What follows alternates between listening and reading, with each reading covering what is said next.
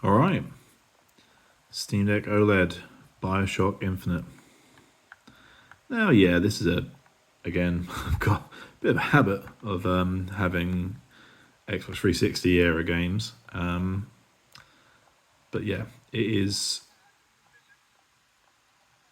an enjoyable one. Yeah, sorry, ramble.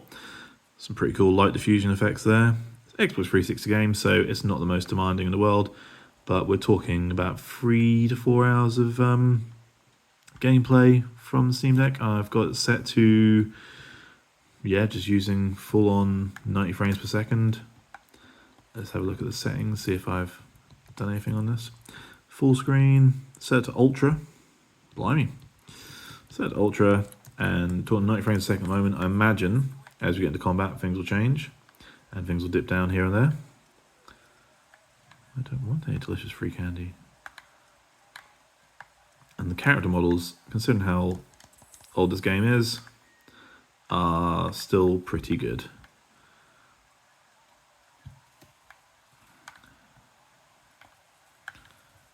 The lighting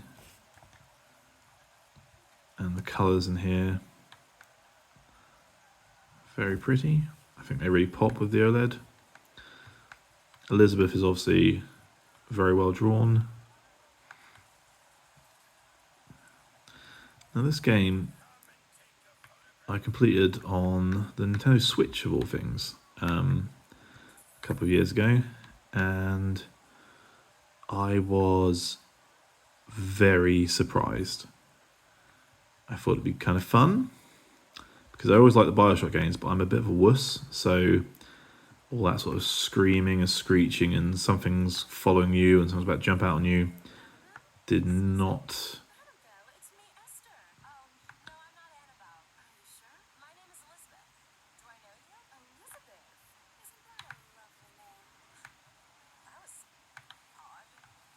There's a lot of things that are odd around here. Yeah, so I was expecting an enjoyable shooter, but I've always found the BioShock games to be a little bit scary for my tastes. But Infinite is very bright. It's not based on suspense or sort of horror elements.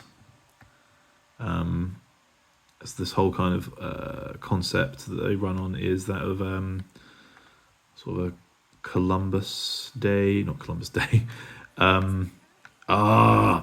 This is going to bug me because if I'd actually just read the Wikipedia page beforehand, I'd be able to explain it. But it's something to do with the Columbia World's Fair, which I did read about whilst playing this through the first time. This kind of idea of a sort of retro future based upon like alternative travel, alternative sort of realities, you know, but it's suspended cloud city, which is appears to be idyllic, but there's obviously a very dark underbelly to it. But the storytelling across, a 10-hour game? It's pretty enchanting.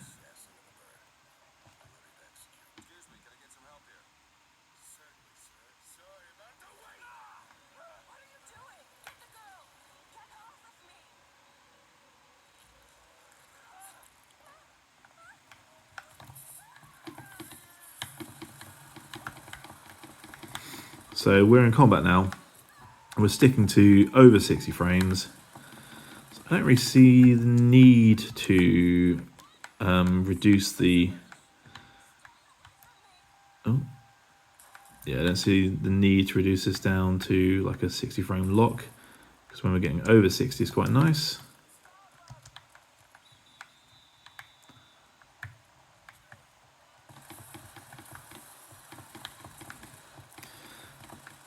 I will probably die because I haven't played this since I played on the Switch. But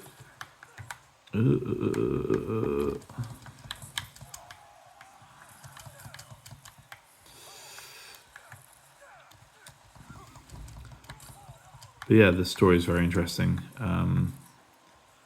The idea of like an alternative future is something that's quite unique, and it's got a lot of elements. That's not unique. What am I talking about? Just rambling as I'm trying to kill people. But yeah, it's a compelling setting. I'll put it that way.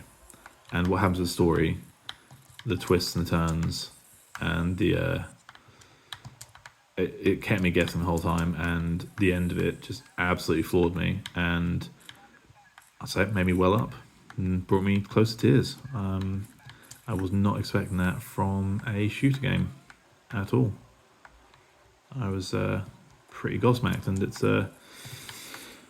after I've completed the game, I sort of put it down to one side. I just sort of sat there in silence for a few minutes and thought, wow,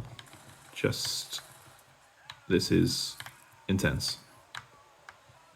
Yeah, so what I said about it being a idyllic future, I was obviously referring to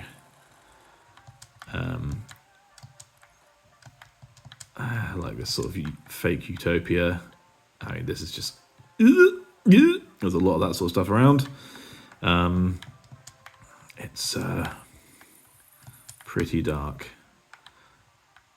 but yeah, it's hella fun to play.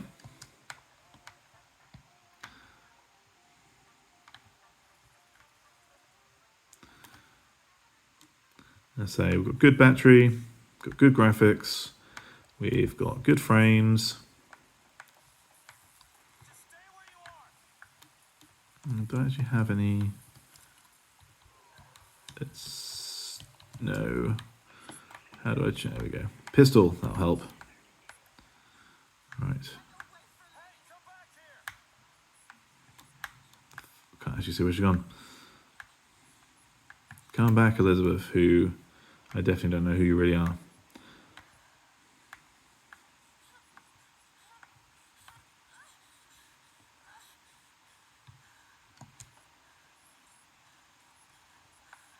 But yeah, the storytelling in this game is just insane.